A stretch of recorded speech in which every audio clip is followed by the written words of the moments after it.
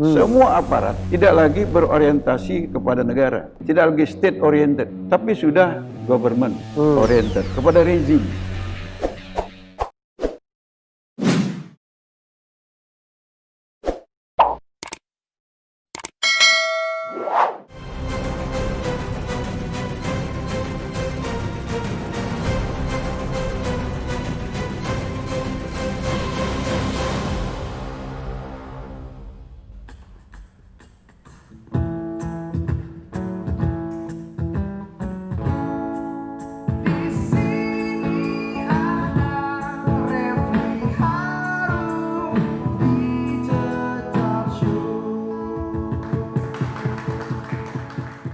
Romo, saya ingin bergerak soal yang penting juga ya, mengenai hal yang akhir-akhir ini kok menjadi tinta tebal kita yang harus kita perhatikan, soal kebebasan sipil ya, civil liberty ya. Ada kecenderungan kita, demokrasi kita ini regresif, menurun. Ini periode yang keberapa, Romo? Kedua. Yang kedua ya. Yang pertama tahun berapa? 2014. Oh, berturut-turut ya. 2014 berturut-turut. Artinya 2014 itu kan sudah masa pemerintahan Jokowi semua. Iya, benar. Ya kan? Jadi Romo belum ada bandingannya. Tapi kan Romo anggota DPR. Tapi saya pribadi misalnya, terus terang, memang kok sepertinya demokrasi kita tambah regresif sekarang. Ada kecenderungan untuk kembali kepada era otoritarianisme. Dan bahkan Freedom House berkali-kali saya singgung itu, mengatakan negeri kita negeri separuh bebas sejak 2016 sampai 2019 penilaiannya. 2020 kan belum. Yeah. Romo sendiri, apa catatan Romo soal ini? Ya, Bung Refli, bahwa di negara demokrasi itu kan pertama harus ada kepastian hukum. Ya. Ketika kepastian hukum itu sudah tidak lagi nyata dalam kehidupan masyarakat, maka kualitas demokrasi itu pasti menurun. Kemudian yang kedua, dalam demokrasi itu kan harus ada kebebasan ya, seperti diatur dalam konstitusi kita. Ya. Kebebasan untuk berkumpul, Ya. nyatakan pendapat, lisan atau tulisan. Ya. Ketika itu juga sudah tidak bisa dinikmati, ada dua unsur yang membuat kualitas demokrasi kita menurun. Yang ketiga adalah kebebasan pers. Ya. Ini juga kayaknya pengamatan saya ya, yang selalu membaca berita, ya ada upaya untuk mengendalikan pemberitaan atau informasi sehingga masyarakat dijejali dengan informasi-informasi yang diinginkan oleh rezim yang berkuasa. Dan ketika ada yang bisa mengundang pikiran-pikiran bebas, ini kemudian menjadi persoalan dan nggak berapa lama ditutup. Saya dengar kabar ILC juga sudah menjadi mendiang, ya kan? Kalau mendiang sih belum ya. Tapi yang jelas berhenti di televisi, berhenti televisi. Kan. Tapi apakah akan muncul di televisi lain? Apakah akan muncul di media YouTube ya? Itu soal apa? Soal yang kita tidak tahu, tergantung sang pemiliknya Karni Ilyas ya. Tapi kan sebagai anggota DPR Romo ya, apakah Romo tidak tidak menjadikan ini sebagai bahan pembicaraan di DPR? Karena begini, DPR kan Dewan Perwakilan Rakyat. Ya. Tugasnya adalah bicara. Tugasnya adalah mewakili kepentingan rakyat. Ini rakyat sekarang ini, rakyat yang seperti terintimidasi. Bayangkan, ketika kita misalnya mengerjakan media sosial dengan kekritisan masing-masing, sepertinya negara nunggu kita terpleset.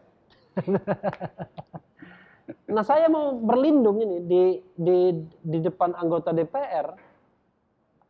Kenapa DPR tidak melihat bahwa bahaya otoritarianisme ini bakal muncul kembali? Gitu. Menurut saya begini nih, Bung Refli ini memang agak sulit saya menjawabnya ini. Nah. Karena menyangkut DPR, yang di dalamnya ada saya. Artinya kalau yang ditanya itu saya, mungkin saya cepat untuk memberikan jawaban. Karena saya juga tidak sependapat bahwa DPR seperti itu. Saya kira ini ada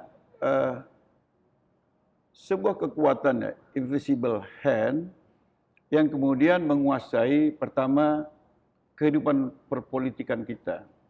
Ya. Bahwa apa yang terjadi di negara kita ini, saya yakin ini kondisi yang tidak diharapkan oleh rakyat kita. Tapi kemudian dijejalkan oleh penguasa sehingga rakyat tadi merasa terancam. Kemudian ke DPR seakan juga tidak mendapat jawaban. Tidak dapat jawaban dan tidak dapat perlindungan. Tidak mendapat perlindungan. Karena memang ada sebuah kepentingan yang mengendalikan perpolitikan di Indonesia ini. Sehingga apa yang dikatakan dalam Trisakti, berdaulat di bidang politik, itu nggak nampak lagi. Ya, itu nggak nampak lagi. Yang kemudian pengendalian politik ini juga nggak bisa dilepaskan dari pengendalian perekonomian kita. Ya, kan ada yang aneh juga, gitu ya. Di seluruh dunia ini, mau di Amerika, itu pasti orang kaya yang memegang modal terbesar itu orang Amerika. Di Jepang itu pasti orang Jepang. Di Inggris orang Inggris. Di Indonesia, yang memegang kapital terbesar itu bukan orang Indonesia asli. Kan ini saya kira sebuah kekuatan yang bisa mengendalikan kehidupan politik, bahkan semua bidang kehidupan rakyat kita. Dan ketika pemerintah kita kemudian tidak menyadari kondisi ini, atau mungkin terbuai dengan situasi ini, maka yang terjadi apa yang kita lihat hari ini.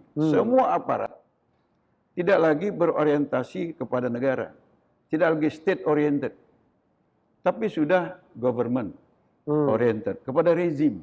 Ya. Dan semua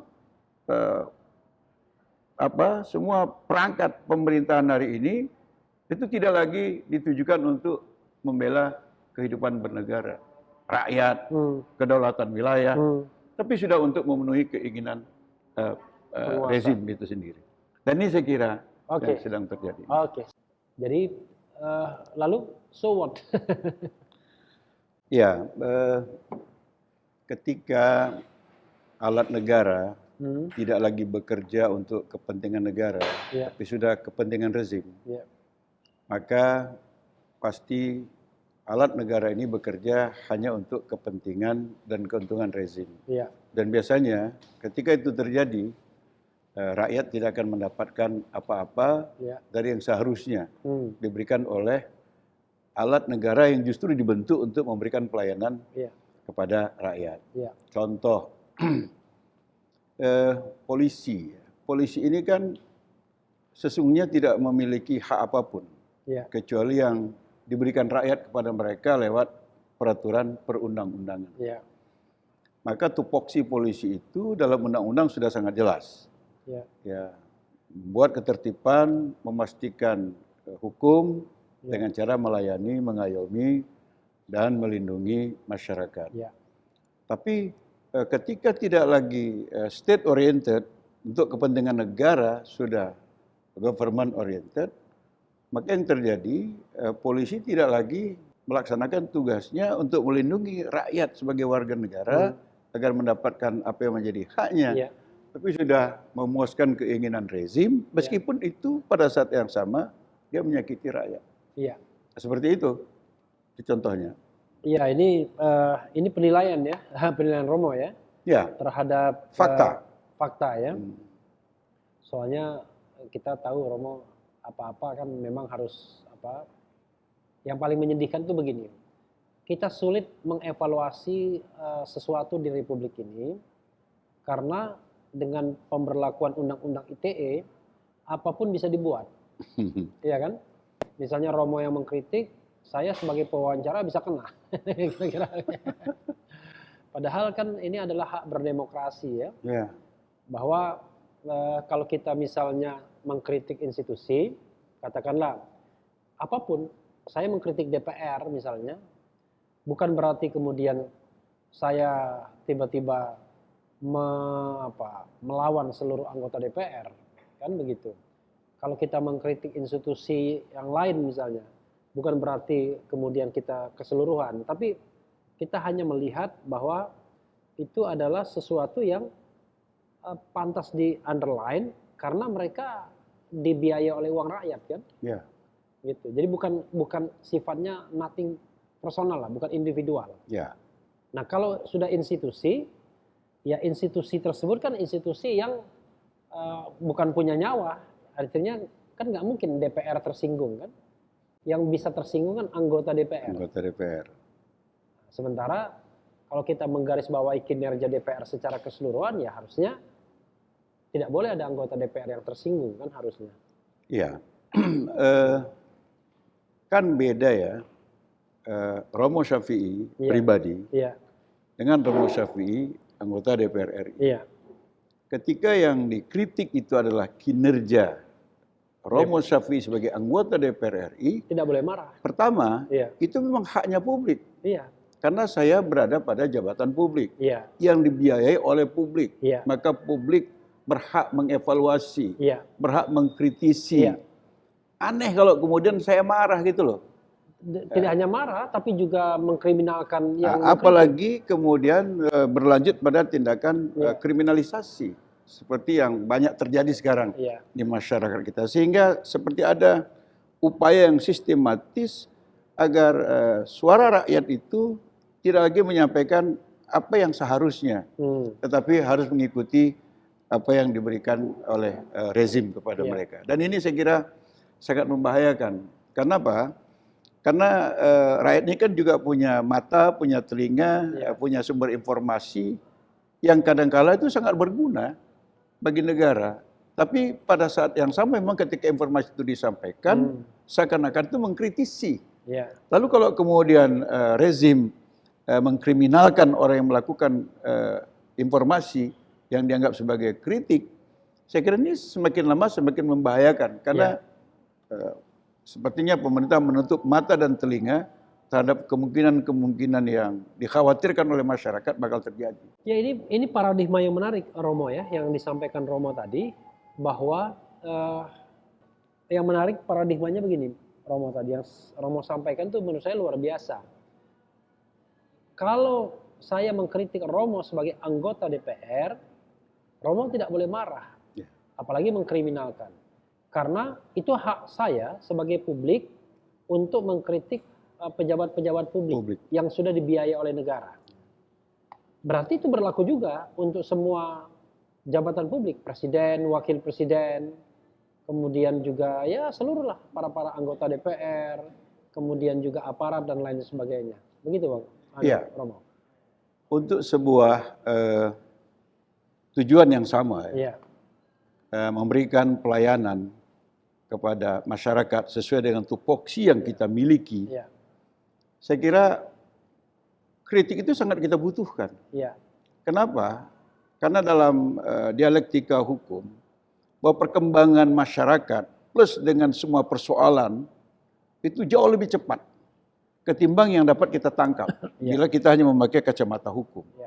Karena itu sebenarnya kita harus lebih membuka diri. Sehingga perubahan-perubahan yang ada itu bisa kita antisipasi supaya niat awal memberikan pelayanan tidak berubah. Tapi kalau kemudian kita mengkriminalisasi mereka yang memberikan informasi kepada kita, maka itu berarti kita akan kesulitan untuk bisa melanjutkan tugas kita melayani masyarakat. Tapi bisa saja di sisi yang lain. Memang ada, saya bilang tadi, invisible hand yang tidak ingin pejabat publik ini memberikan pelayanan kepada masyarakat. Rakyat harus diberi rasa takut, rakyat diberi informasi yang keliru, sehingga kekuasaan bisa dengan bebas melakukan apa keinginan pemesannya. Dan ini menurut saya yang sangat berbahaya. Perselingkuhan. Begini Bang Refli ya. Kalau hanya persoalan karena ingin dapatkan uang lebih, atau karena ingin mensiasati agar bisa percepatan naik jabatan, itu mungkin walaupun salah ya, itu masih manusiawi. Tapi yang saya lihat perkembangannya ini sudah hampir menjual kedaulatan. Ini yang tidak disadari. Ya, sehingga apapun yang mereka lakukan, ukurannya bukan lagi kepentingan rakyat, tapi kepentingan para pengendali ini. Dan sampai pada titik tertentu, kita pasti lost kendali itu dan semuanya akan dikendalikan oleh orang lain. Dan ini yang sebenarnya paling saya khawatirkan dalam situasi ini. Jadi kalau boleh disimpulkan, kondisi negara yang demokrasinya mulai regresif ini berkelindan dengan kepentingan ekonomi juga. Sangat-sangat berkepentingan. Karena ya itu sudah menjadi tagline juga dalam politik, bahwa mereka yang punya kapital itu biasanya bisa mengendalikan arah politik. Kecuali memang pemain politiknya memiliki integritas yang tidak bisa terbeli oleh kapital-kapital itu. Jadi saya membayangkan kalau anggota DPR ini seperti Romo semua, aman negara kita. Mungkin masih banyak yang seperti itu, cuman belum nampak aja mungkin. Belum nampak? Atau tidak berani bersuara mungkin. Atau mungkin. Karena saya membayangkan orang seperti Romo ini pasti diincar, gitu kan? Ditunggu terplesetnya, ya kan? Ya. Untuk dikatakanlah misalnya melalui partai politik di PAW, ya kan? Ya. Atau setelah di PAW dikriminalkan mungkin. Saya malah jadi tambah sedih melihat fenomena seperti ini. Karena ini kan soal menjadi bangsa yang cerdas ya, menjadi bangsa yang besar. Bagaimana kita mau menjadi bangsa yang cerdas dan besar kalau pikiran itu selalu dihukum, dihakim dan dihukum, gitu. Dihakimi dan dihukum. Itu. Romo sudah merasakan pernah ada tekanan, ada intimidasi selain tadi Omnibus Law ya? Kalau saya gini Bang Refli. Pernah jadi pansus atau panja Omnibus Law? Enggak. Ya? Dulu saya pernah jadi ketua pansus RUU teroris ya. Oke. Tapi begini, saya punya prinsip. Pertama sebagai pejabat publik, saya memakan uang dari rakyat, maka saya membuka diri terhadap kritikan dari rakyat. Kemudian mungkin karena sikap itu, ada pihak-pihak yang terafiliasi dengan oligarki ekonomi dan sebagainya ini merasa terganggu, sehingga melakukan apa yang tadi Bang Refli katakan. Maka dari awal saya sudah merasakan itu. Sebelum itu terjadi, saya sudah memposisikan diri saya diamati, diawasi, dan dicari kelemahan-kelemahannya. Nah, tapi itu tidak membuat saya berhenti untuk menyuarakan apa yang menjadi tupoksi saya. Kalau karena melaksanakan tupoksi itu, saya juga harus berhadapan dengan apa yang tadi Bang Refli katakan, saya kira itu resiko. Kita tidak mungkin memilih menghindar dari resiko itu untuk tidak menyampaikan kebenaran, daripada tetap menyampaikan kebenaran walau harus mendapat resiko seperti itu. Ya, kadang-kadang barangkali bisa juga Romo, resikonya tidak dicari karena Romo menyampaikan kebenaran, tapi dicari hal-hal lain yang tidak populer. Tiba-tiba Romo ditersangkakan tindak pidana korupsi, tiba-tiba kan begitu. Ya memang karena saya telah memposisikan diri diawasi, ya saya berhati-hati. Insya Allah berhati-hati. Ya mudah-mudahan ya. Makin sedih rasanya melihat negara begini ini. Kenapa? Karena kan janji kemerdekaan adalah melindungi segenap bangsa. Saya membayangkan ya, negara kita ini begitu bebas, demokratis, tapi tertib. Pengertian tertib itu ya orang boleh berdebat tapi tidak boleh bersentuhan secara fisik, kira-kira begitu. Kalau sudah bersentuhan secara fisik, urusannya memang beda. Tapi sepanjang dia berdebat hanya adu mulut, adu argumentasi, ya biarkan saja. Apalagi cuma adu media sosial, kan begitu? Adu medsos. Artinya kalau Anda tidak mau diserang orang, ya jangan bermain media sosial, kan kira-kira begitu. Kalau Anda merasa tersinggung, ya Anda jawab. Kira-kira begitu. Sampai kemudian masyarakat melihat integritas Anda seperti apa. Nah, tapi di kita kan enggak. Orang tersinggung ngadu ke polisi. Jadi iya, polisi bukan lagi menjadi pelindung dan pengayom masyarakat jadinya. Kadang-kadang seperti menjadi alat untuk menakut-nakuti. Nggak ada evaluasi seperti itu di Komisi 3 terhadap aparat keamanan misalnya. Ya. Atau kita sekali lagi gini, kita letakkan paradigmanya. Kenapa kita mau mengkritik, misalnya katakanlah mengkritik aparat, mengkritik presiden, mengkritik menteri dan lain sebagainya? Karena mereka kan dibayar dengan uang rakyat. Karena itulah, maka konsekuensinya kalau rakyat mengkritik ya harus menjadi bahan untuk evaluasi. Bukan untuk menjadi bahan untuk mengkriminalkan. Harusnya kan begitu kan? Gitu. Misalnya saya kasih contoh ya, ketika raker ya dengan kepolisian. Sebenarnya kepolisian itu berterima kasih ya. Kalau misalnya dalam rapat kerja dengan DPR. Sambil minum Romo ya. Ya, kemudian ada suara-suara dari DPR yang menyajikan fakta di lapangan. Ya, ini kan saya kira menjadi alat bantu untuk perbaikan kinerja kepolisian sehingga dia bisa melaksanakan tupoksinya. Harusnya semua pejabat publik seperti itu menurut saya, seperti itu.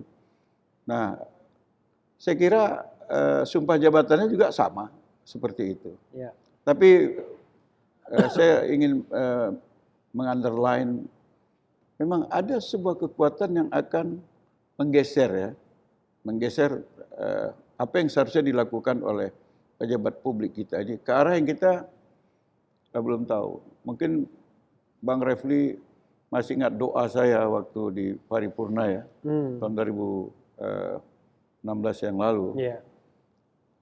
Sudah ada arah yang sangat jelas untuk membuat kita ini. Tapi terus terang saya tidak mengikuti karena saya agak malas juga ngikutin DPR. Enggak, itu ngelesnya saya aja. Doanya apa waktu itu? Ya, saya secara spontan ya. Mengatakan bahwa di negara yang sangat kaya ini, dengan kekayaan yang sangat melimpah, dengan konstitusi yang memberikan jaminan yang begitu jelas kepada warganya, kemudian rakyat menjadi kuli, menjadi orang yang hidup tidak seperti di negaranya sendiri, karena dia tidak bisa menyampaikan pendapatnya, dan dia tidak mendapatkan kesempatan untuk bisa menikmati sumber-sumber kekayaan yang ada, padahal itu amanat dari undang-undang. Jadi saya kira kalau hanya seputar orang Indonesia, keadaan tidak separah ini menurut saya. Ini pasti ada sesuatu. Jadi invisible hand itu bukan lagi internal tapi sudah eksternal. Eksternal. Dan saya sangat yakin. Menyedihkan sekali ya. Sangat menyedihkan. Padahal kita reformasi itu dalam rangka untuk membangun kualitas hidup kita yang lebih baik ya. Makanya saya bilang, kalau hanya soal mau cari keuntungan, mensiasati jabatan, ya meskipun salah itu ya oke lah ya, masih manusiawi. Tapi ini udah soal kedaulatan. Ini yang menurut saya harus cepat disadari oleh pejabat-pejabat publik yang ada di negeri ini. Ya, silakan closing bagian ini, Romo. Saya ingin menyampaikan bahwa pemerintah Republik Indonesia hari ini itu dipilih untuk memimpin segenap bangsa Indonesia dan seluruh tumpah darah Indonesia.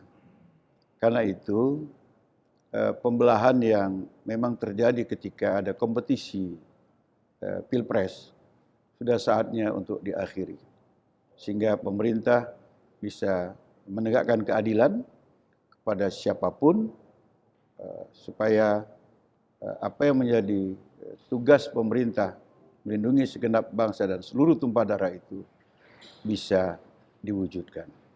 Kalau ini tidak segera dilakukan, kita khawatir situasi akan semakin besar dan yang mendapat keuntungan dari sini pasti bukan kita, tapi mereka yang tidak ingin kita berada dalam kedamaian itu. Siapa itu? Sekali lagi saya ulang, invisible hand yang sekarang sepertinya semakin kuat mengendalikan pemerintahan Republik Indonesia.